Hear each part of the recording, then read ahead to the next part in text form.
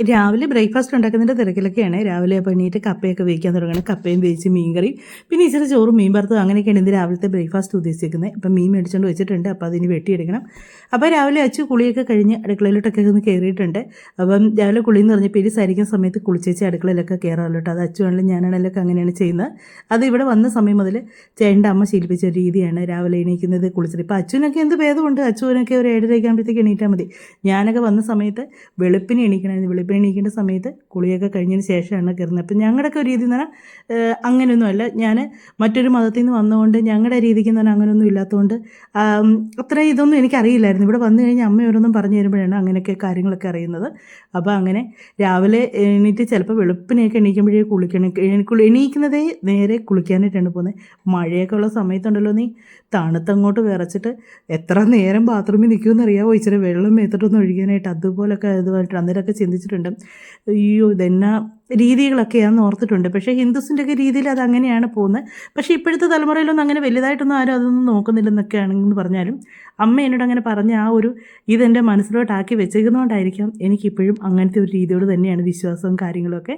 അച്ചുവിനെ ഞാൻ പിന്നെ എന്ന് വെച്ചാൽ അവൾക്ക് കുറച്ചൊക്കെ ഞാനൊരു ഇളവ് കൊടുത്തിട്ടുണ്ട്. വെളുപ്പാങ്കാലത്ത് എണീക്കാനോ അങ്ങനെയൊന്നുമില്ല. ചിലപ്പോൾ ചൂടുവെള്ളം വേണമെങ്കിൽ ചൂടുവെള്ളം കൊടുക്കുക എന്നൊക്കെ പറയും.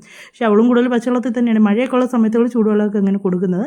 പക്ഷേ ഞാൻ ഒരിക്കൽ പോലും അങ്ങനെ ഒരു ചൂടുവെള്ളത്തിൽ കുളിക്കാനോ ഒന്നും പറ്റിയിട്ടില്ല. ഒരു കുടുംബമായിട്ട് ഞങ്ങൾ സെപ്പറേറ്റ് മാറി താമസ സമയത്താണെങ്കിൽ പോലും അമ്മ പറഞ്ഞ അതേ രീതിക്ക് തന്നെയാണ് പോയിക്കൊണ്ടിരുന്നത്. അപ്പോൾ എല്ലാവരും ഓർക്കും അമ്മ കാണുന്നില്ലല്ലോ എന്ന്. പക്ഷേ അമ്മ കാണുന്നില്ലെന്ന് പറഞ്ഞാൽ അമ്മ ഒരു കാര്യം പറഞ്ഞാൽ അതിൽ നിന്ന് അങ്ങോട്ടും ഇങ്ങോട്ടും മാറാനുള്ളൊരു ധൈര്യം ഇല്ലായിരുന്നു കേട്ടോ. ചേട്ടൻ്റെ അമ്മയുടെ കാര്യമാണ് ഈ പറയുന്നത്.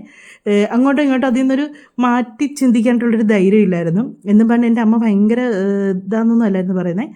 അമ്മ ഒരു കാര്യം പറഞ്ഞാൽ അതൊക്കെ ഒരു വിശ്വാസത്തിൻ്റെ ഒരു ഇതിൽ എന്നോട് പറഞ്ഞു തന്നേക്കുന്നതുകൊണ്ട് എനിക്കൊരു പേടിയാണ്, ഞാനത് തെറ്റിച്ചാൽ എന്തെങ്കിലും കുഴപ്പമാവുമോ എന്നൊക്കെ.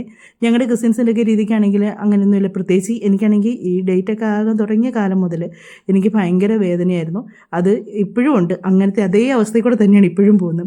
അപ്പോൾ ആ പെയിനൊക്കെ ഉള്ള സമയത്ത് രാവിലേക്ക് എണീക്കാൻ തോന്നത്തേയില്ല.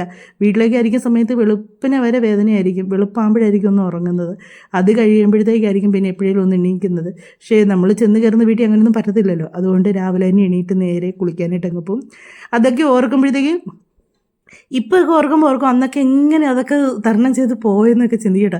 പിന്നെ ഒരു കാര്യമുണ്ട്, നീ പ്രേമിച്ച് കിടക്കുന്ന സമയത്തുണ്ടല്ലോ, തീക്കനൽ കണ്ടാലും നമുക്ക് റോസപ്പൂവായിട്ടേ തോന്നുള്ളൂ. കാര്യം നമുക്ക് പ്രേമം തലയ്ക്ക് പിടിച്ചേക്കല്ലേ.